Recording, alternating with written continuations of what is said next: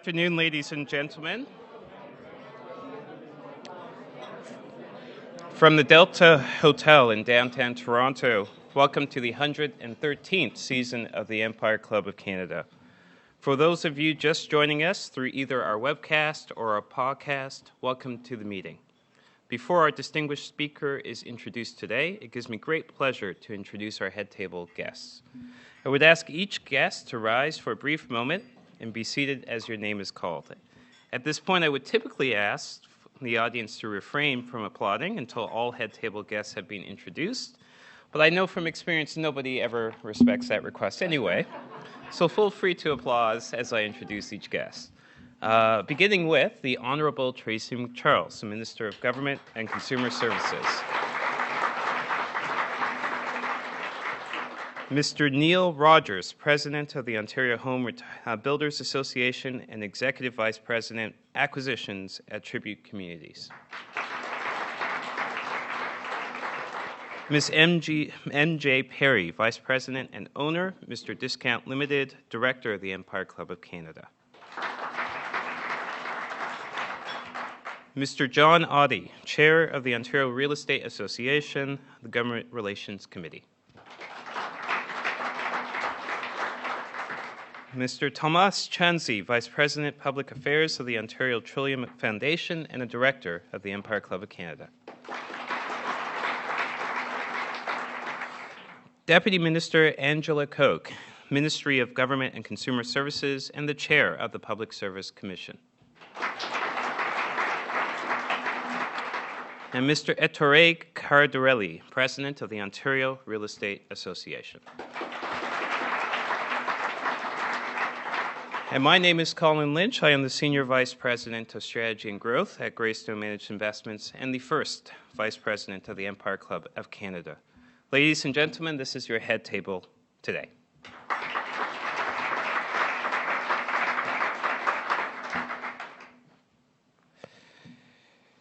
In my several roles in life, I've been afforded the privilege of meeting many people. Most of us are born with with high school dreams to do something that our childhood self saw as cool. And some of us have the opportunity to realize those dreams. Others devote their lives to building enterprise in the hopes of leaving a financial legacy for their families or attaining a lifestyle that was unattainable to their parents and grandparents. And yet others of us aspire to impact hundreds, thousands, or even hundreds of thousands of lives in a direct or indirect way. All three groups are relevant to our speaker today. Those of us fortunate to achieve our childhood dreams did it in some way with the assistance of the government, whether federal, provincial, or municipal. For some of us, we were inspired by teachers. Others had parents who moved to our province and took advantage of a framework that provided them with access to healthcare, public transit, social housing, and the list goes on and on. Others of us devote our lives to building enterprise. We do it in one of the most peaceful, stable, equitable, and prosperous societies in the world, as measured by a range of statistics, from education achievement to literacy, etc. Others of us seek to leave a direct and positive impact on many lives. Our guest is a distinguished member of that group. As minister, she is at the helm of an agency that delivers a broad array of programs, services, and products ranging from health cards, driver's licenses, to birth certificates. Most of her over 4,000 employees are the customer service ambassadors of the government. They deliver documents, they enable access, they simplify complexity. In short, they improve our lives.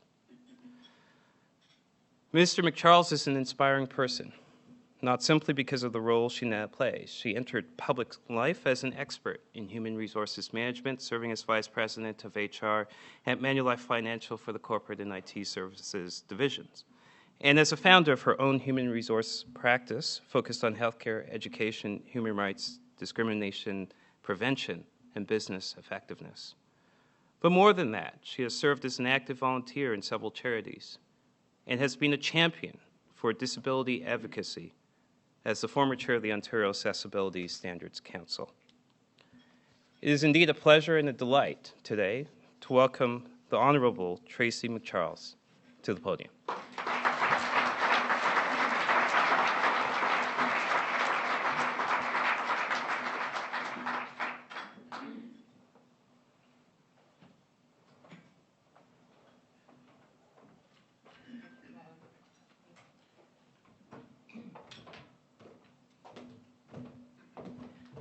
Good afternoon, everyone. And thank you, Colin, for that kind introduction. I'm just going to drop that there. So as always, I'd like to acknowledge that we are gathered on the traditional territory of the Mississaugas of the New Credit First Nation. And just to put in a little plug for Durham Region, it's great to see so many builders and developers here from the region that I live in. And it's great to see all of you here today. Excuse me. As you know, I'm here to talk to you about our government's commitment to consumer protection and to support a fair, transparent, and competitive marketplace where businesses can thrive. I've recently taken on the role of Ontario's Minister of Government and Consumer Services, and in a sense, I have returned to my roots. My very first job at a university was as a management intern in the former Ministry of Government Services, and my first job as a minister was as Minister of Consumer Services in 2013 and 14. Excuse me, I'm just finishing pneumonia. I will get through this, I promise. So being back at the combined Ministry of Government and Consumer Services feels a bit like coming home. And the issues that the ministry focuses on are ones I care deeply about. My ministry touches the lives of the 13 million people who call this province home in both far-reaching and everyday kinds of ways. Whether someone's applying for a birth certificate, as Colin said, buying a house or a car, receiving a health card, going fishing, or accessing a range of business services, Ministry of Government and Consumer Services is their go-to ministry. So we're very focused on making people's lives better by strengthening consumer protection, supporting a fair and transparent marketplace, making it easier for people in their everyday lives, and reducing the administrative burden on businesses. Part of this work means we occasionally have to review, take stock, and find ways to do better and move forward. Notre vision consiste à avoir les lois protection du consommateur les plus rigoureuses au Canada et les appliquer d'une façon qui améliore la vie des jeunes.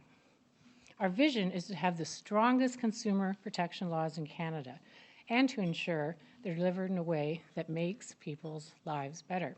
Achieving this means at times we have to take a hard look at specific areas of consumer protection where, frankly, we could be doing better, where we have to do better because it's what people expect and deserve. Part of our government's larger vision of being a leading jurisdiction for consumer protection includes our commitment to protecting the investments of Ontario families in newly built homes. I've heard many voices among consumers, the media, the legislature, of course, the industry, talking about the warranty and dispute resolution process in the new home building sector. The Ontario Warranty Corporation, or Ontario as we call it, oversees the program for newly built homes in Ontario, as well as regulating new home builders in the province. Let me underscore that the new home building industry in Ontario produces very high quality housing, and that the vast majority of purchasers are pleased with their purchases and very happy to call home. Je sais ne jamais oublier que l'achat d'une maison est plus grand investissement que la plupart des jeunes feront au cours de leur vie. I always try to keep in mind that buying a house is the largest investment in most people's lives, and it is so important to them. And it's so much more than that, of course. It's a home to shelter those they love, where they will create memories with family and friends and build a secure future. Buying a home is a fulfillment of a dream. So it is concerning, of course, when my ministry, my office, my MPP colleagues receive emails, letters, or calls from people who dream of owning a home, and that dream, it turns out to be something less, or in some cases, even a nightmare, and they don't know where to turn. Here's one example from a single mother who said, "The experience of purchasing my first home was supposed to be an exciting and happy time in my life for me. Instead, it's been plagued with problems and has left me incredibly distressed." As I've mentioned, a strong commitment to consumer protection requires us to review policies from time to time to determine how we can make things better.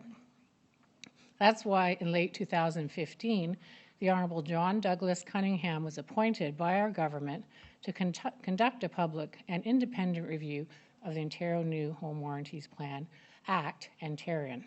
Justice Cunningham completed a very comprehensive review, meeting with over 200 individuals, homeowners, and industry professionals from across Ontario who've had a range of experiences dealing with Tarion and the Act. These consultations included builders, condominium boards, engineers, home inspectors, consumer advocacy groups, real estate professionals, lawyers, and subject matter experts. During consultations with homeowners, the perception of the participant was often that Tarion unduly favored builders. Funded by builders, they clearly operate from a position and very definition of conflict of interest. This was a common sentiment received by Justice Cunningham. When builders were the focus of the consultations, particularly the smaller builders, they expressed concern that Tarion favored homeowners. Here's an example shared by a builder. I'm only looking to be treated fairly. In the honesty of my heart, I don't think I'm liable for any of these repairs. Tarion did a poor job guiding me through this process. Now, I've been in politics just long enough, I think, to know that when you have both sides a little bit upset with you, that you've probably found a balanced solution to the demands. That's what we often say in policy development and government. But in this case, that's not good enough. It's not good enough here. We need all the stakeholders in the home building and home buying business on side with a credible and satisfying home warranty model. So it's clear we have our work cut out for us. I believe that the conflicting perceptions homeowners and builders have of Tarion are rooted in the structure and all-encompassing mandate of Tarion that dates back no less than 40 years. Tarion was one of the province's early attempts using the delegated administrative authority model to oversee and regulate a sector. At the time, the Ontario Home Builders Association offered their own new home warranty, and the government determined that warranty protection should be mandatory for all new homes. And the Ontario New Home Warranties Plan Act was born. Tarion was given multiple roles and responsibilities, including administering the warranty plan and guarantee fund, setting many of the terms of the warranty, adjudicating disputes between homeowners and builders, and regulating builders and vendors. If we were doing this year in 2017, would we do it differently? The short answer is yes. Benchmarks for modern governance, transparency, accountability, and oversight have evolved over the past 40 years in all kinds of sectors. The size and complexity of the building industry has also changed dramatically since Tarion was conceived in 1976 as an independent, not-for-profit corporation. For example, about 50% of new homes built today are condominium units, so the sector is changing and evolving. Je désire saluer Tarion pour son engagement à l'égard de l'amélioration continue, car au fil des ans, cette organisation a apporté d'importants changements dont les répercussions sont significatives. I want to commend Tarion for the commitment they've made to continuous improvement over the years. They've made important and significant changes, and I want to thank Howard and the team for being here today. But these changes haven't been able to overcome some of the structural changes with the organization's multiple functions I mentioned earlier. That of being a rulemaker, a regulator, a warranty provider, and an adjudicator. If we were doing this in 2017, would we give the organization all these multiple roles? The short answer is no. Why? Well, as Justice Cunningham noted in his final report, Tarion's multiple roles and responsibilities can give rise to a perception of conflict of interest and could result in an actual conflict or conflicts of interest. In other words, the very structure of Tarion lends itself to the perception of conflict of interest. And we've been stuck with these structural challenges since the Conservative government of the day set them up. Tarion's multiple focus model is unique in Canada and can be confusing and frustrating for both owners of newly built homes and for the builders as well. So, just a bit about Tarion and the numbers. This will be very familiar to many of you, but maybe new information to others. The value of the guarantee fund that Tarion administers to backstop the warranty plan sits at about $495 million. There are over 365,000 new homes in Ontario covered by warranty protection. I'm going to use the year 2015 to provide you with a brief statistical snapshot of the claims and dispute resolution process. In that year, Tarion received about 56,000 claim forms, and about 10% of these led to conciliation requests for homeowners. About a quarter of these requests resulted in a warranty decision by Tarion. That means the remainder were resolved between the homeowner and builders or vendors. Of the homeowners who went through conciliation, almost half were dissatisfied with Tarion's service during the process. In 2015, Tarion paid out $11.6 million on a total of 522 homes, including condominium units. That's less than 1% of the total number of homes under warranty that year. 82 warranty decisions made by Tarion were appealed to the Licensing Appeal Tribunal, also known as LAT, and 16 LAT decisions were issued in 2015. And we don't know how many warranty matters were dealt with in the courts. Over the past decade, Tarion has paid out over $136 million in warranty claims to homeowners. Improvements have been made over the years to better address the concern of homeowners, and I know a number of these measures were taken when I was the Minister of Consumer Services in 2013, and included things like doubling the maximum paid out per year by the home, paid out per home by the guarantee fund. That was that was before me, 2006, from $150,000 to $300,000. And Tarion established the Home Buyer Ombudsman Person Office in 2008. And I know they took other measures to enhance information sharing and transparency. But overall, the reality is that the statute governing Tarion has remained virtually unchanged in 40 years, and this is at a step with the times. Unlike other administrative authorities, and we have many of them, I think Dave Colley's here from the Electrical Safety Authority. They're representing one of several DAs in the province. And unlike those other DAs, Tarion has authority to make bylaws that are deemed to be regulations, and they do not require approval from the ministry. The ministry does, however, receive advance notice of proposed new regulations and is given an opportunity to comment. I want to thank Justice Cunningham for his thorough and insightful report. The report, along with related ministry work, has led our government to plan to improve consumer protection for owners and new home builders. A way forward to delivering simple, easy, and transparent solutions so consumers can confidently buy newly built homes in Ontario. A robust plan that provides consumers with a fair and equitable system to manage any concerns if they discover a problem in the construction of their new home. An approach that increases consumer confidence in the warranty program by introducing them to modern governance, transparency, accountability, and oversight measures. Tarion is too far removed from government. Its unique structure doesn't give my ministry the same oversight tools that it has for other administrative authorities. Our plan involves moving responsibility for setting warranty terms from Tarion to government. We believe that consumers can be better protected by giving government the lead in making rules and setting standards.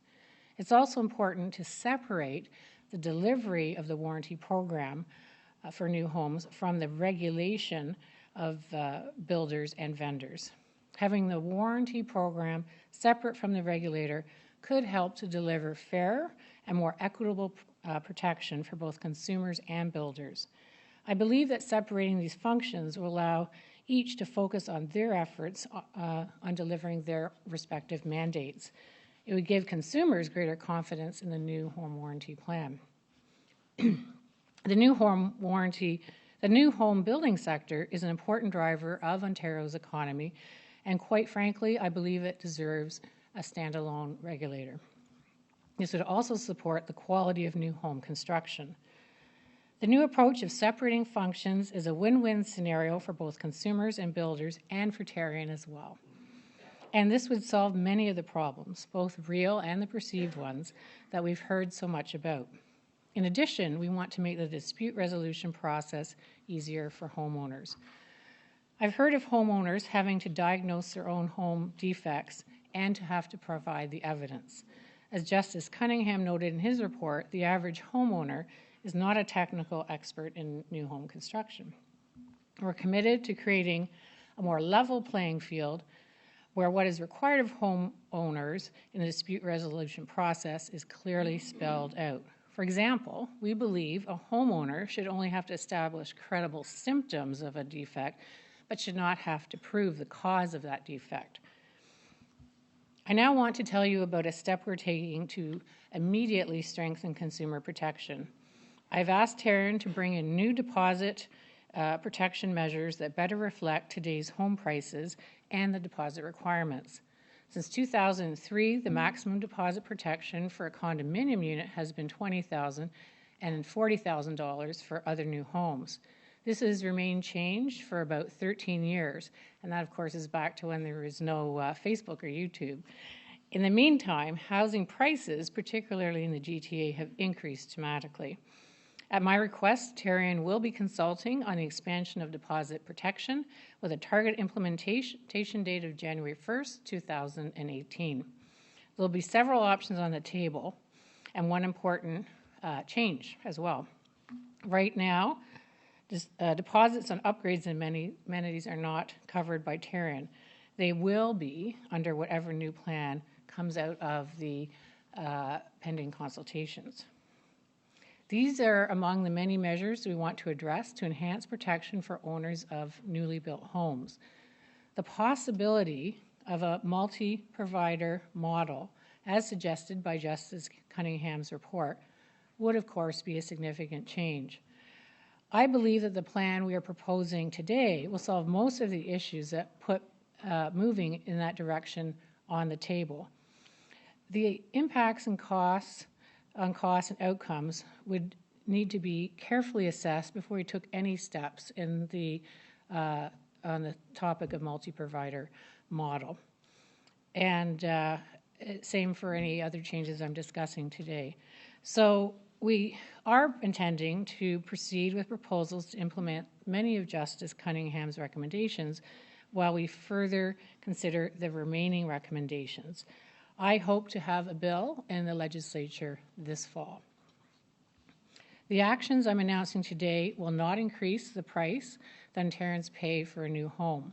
We know that affordability of housing is something that's top of mind for people across the province, and we see, I think, it in the media every day right now. That's why our government is reviewing all options to help make it more affordable and fair, whether you're buying a new home or renting. We look forward to sharing further information on our plans in the weeks to come. Notre plan visant à mieux protéger les investissements dans de nouveaux logements s'ancre dans la vision plus large du gouvernement de faire de l'Ontario un chef de file en matière de protection aux consommateurs qui offrira à tous ses habitants une protection au pair. Our overall plan, a new plan to better protect investments in new homes, is part of our government's larger vision of becoming a leading jurisdiction for consumer protection that will benefit all Ontarians. One example of that is Bill 59, the Putting the Consumer First Act, which has been ordered for third reading, and if passed, it will regulate home inspection industry to better protect consumers. It will curb door-to-door contracts for certain to be prescribed goods and services, and reduce the risk to consumers who use alternative financing services such as payday loans. In late 2015, action was taken to better protect condo owners by passing the Protecting Condominium Owners Act 2015, marking the first overhaul of Ontario's condo laws in over 16 years.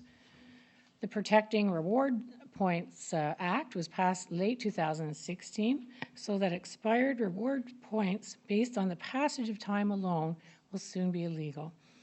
While this may not seem like a major issue, we've heard from so many people that it actually has mattered in their everyday lives. We listened and we took action.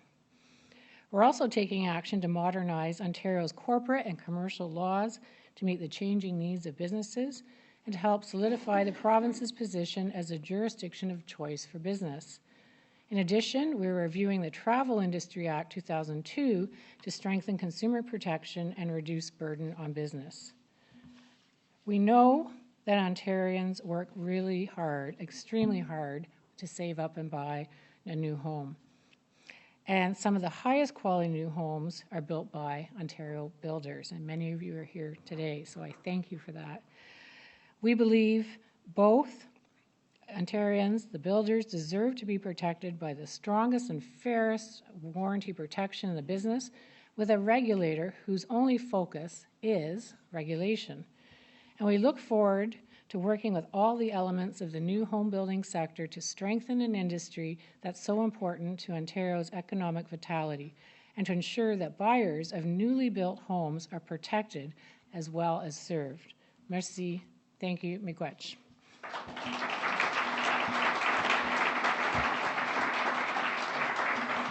Thanks, Neil. Thank you. Thanks, Colin. Thank you.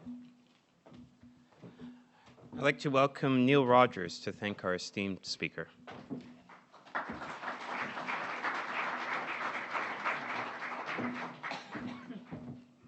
Thank you. On behalf of our 29 locals across the province of Ontario and the Board of Directors of the Ontario Homebuilders Association, we are quite pleased to host this event on behalf of, for the Empire Club. I'd also like to thank Minister MacCharles for your service and your dedication. You call Durham Region home, as does Tribute Communities. OHBA values the relationship with your ministry and government on a host of policy and regulatory issues that we are currently working hard to solve. We look forward to the continued and strong working relationship and keeping Ontario's home building and renovation sector extremely strong. So thank you, Minister. Thank you.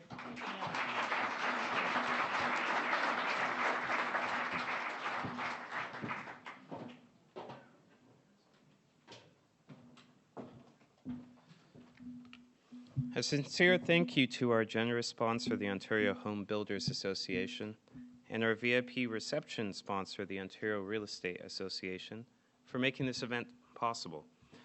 Without sponsors like these great companies and organizations, the Empire Club lunches would not be possible, so thank you once again for your support. I would also like to thank the National Post as our print media sponsor, and mediaevents.ca, Canada's online event space for live webcasting today's event to thousands of viewers around the world. Although our club has been around since 1903, we indeed have moved into the 21st century, thankfully, and are active on social media. Please follow us on Twitter at empire_club and visit us online at empireclub.org. You can also follow us on Facebook, LinkedIn, and Instagram, and whatever else you would choose to follow us on. Finally, please join us again soon at one of our fantastic upcoming events. We have Kevin O'Leary on April the 7th at the Arcadian Court, the Honourable Charles Sousa, Minister of Finance, on April 13th, also at the Arcadian Court, Dr. Eric Hoskins, Minister of Health, on May 29th at the Royal York Hotel. Thank you for your attendance today. The meeting is now adjourned.